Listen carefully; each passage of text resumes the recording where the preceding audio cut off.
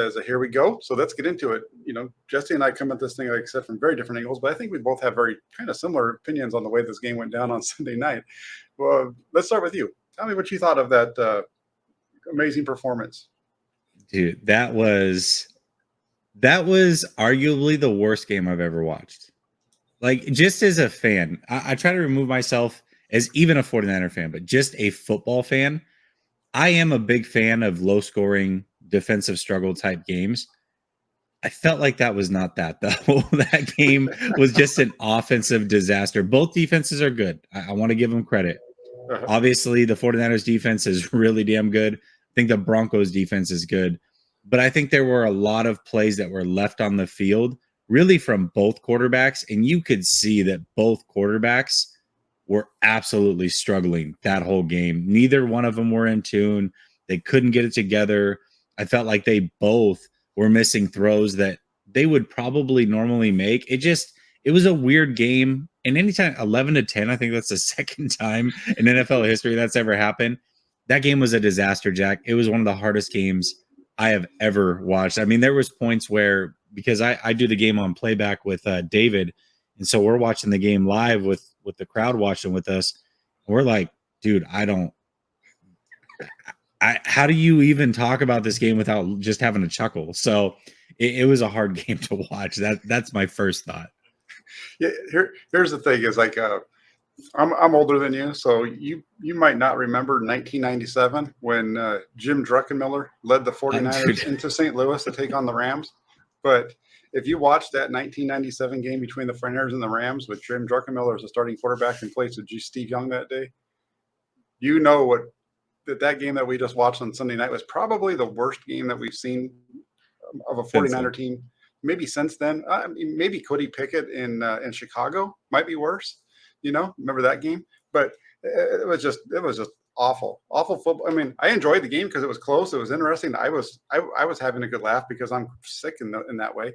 But it was just like, you got to be kidding me. The defense was just balling out, and then you got the offense that has a quarterback that can't hit the broadside of a barn.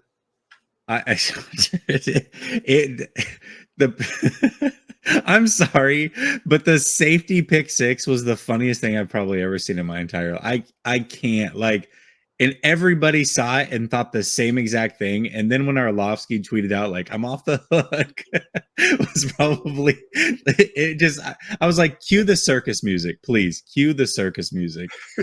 Yeah, no, that's perfect for the Benny Hill theme song, right? If you just put that, you get your film breakdown with both of those things, because it takes about 30 seconds. Put that to the Yakety Sax song, and I think you got gold, because that's that. People are saying that Dan Orlovsky is off the hook or whatever, right?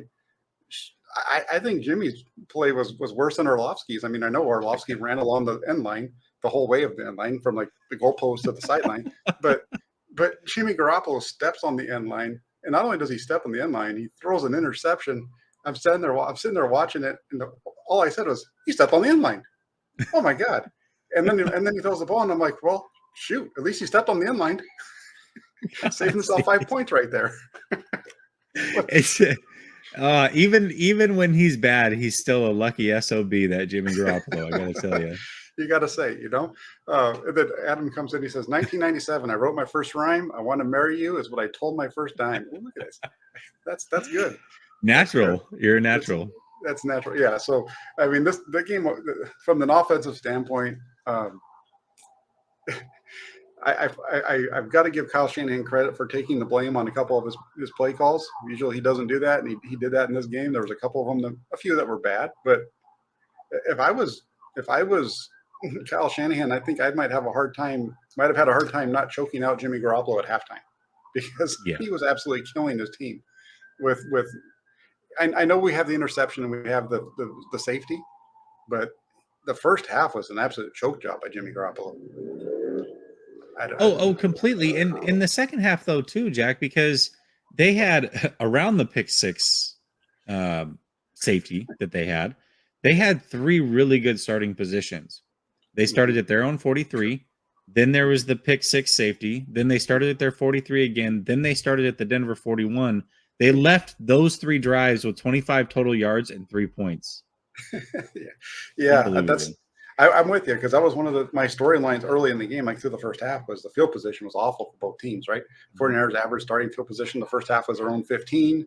The Broncos were at their own 18. So you can understand why there wasn't a lot of points being put up by either side in one way. Right, if you just take Jimmy Garoppolo's awful performance out, you just look at the field position. You're like, it makes sense that neither team's really, putting points on the board. Then in the second half, you get the ball in the 41, and you shit the bed. No, sorry, but twice, from the 40, the one at the 41 is even the worst one though, because Kyle Shanahan has him wide open. He gives him a free runner in Jawan Jennings with nobody around him, and he throws a pass that looks like it was a duck that got shot in the rear end. I mean, it's just fluttering out there, and he's twisting and turning, and the ball takes so long to get there that by the time he catches it, he's getting hit by the safety. It's just awful. And that was one of his better throws that game because he did get. I'll say this: he got leveled. He stood in there and got leveled. I'll give him credit on that. I will. So I would say it was his gutsiest throw of the game. Maybe not the best throw of the game, but I would say it's his gutsiest throw of the game. It was his best throw of the game was the one to Juszczyk down the left side. Oh yeah, no doubt about that. Yes, that was his best one. But I mean, you go through it, and it was just awful for in a lot of different ways,